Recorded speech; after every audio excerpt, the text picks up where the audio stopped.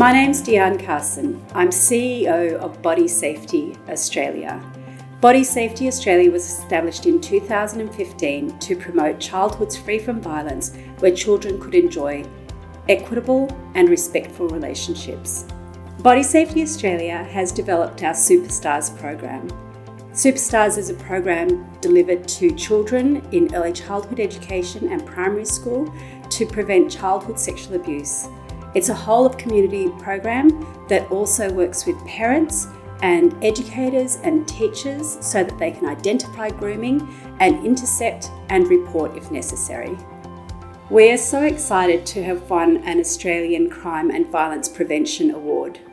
Winning this award means that our work being done in the primary prevention of harm to children and young people is being recognised, and the importance of educating adults on being able to identify grooming both on and offline and intercept and report if necessary is now something that can be replicated across the country. The Body Safety Superstars program is working to prevent childhood sexual abuse.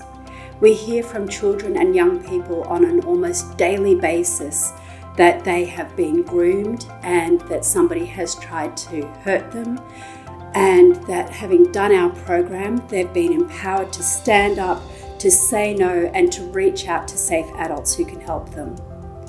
We know from working with adults that they are better able to identify grooming and they feel more empowered to step in and set boundaries that help keep their children safe. I'm very proud of all of the work our team of educators do, but I think the thing that heartens me most is the stories I hear from children and young people themselves, or the emails we get from parents who say that their children were, once in danger, able to implement the skills that they had learned.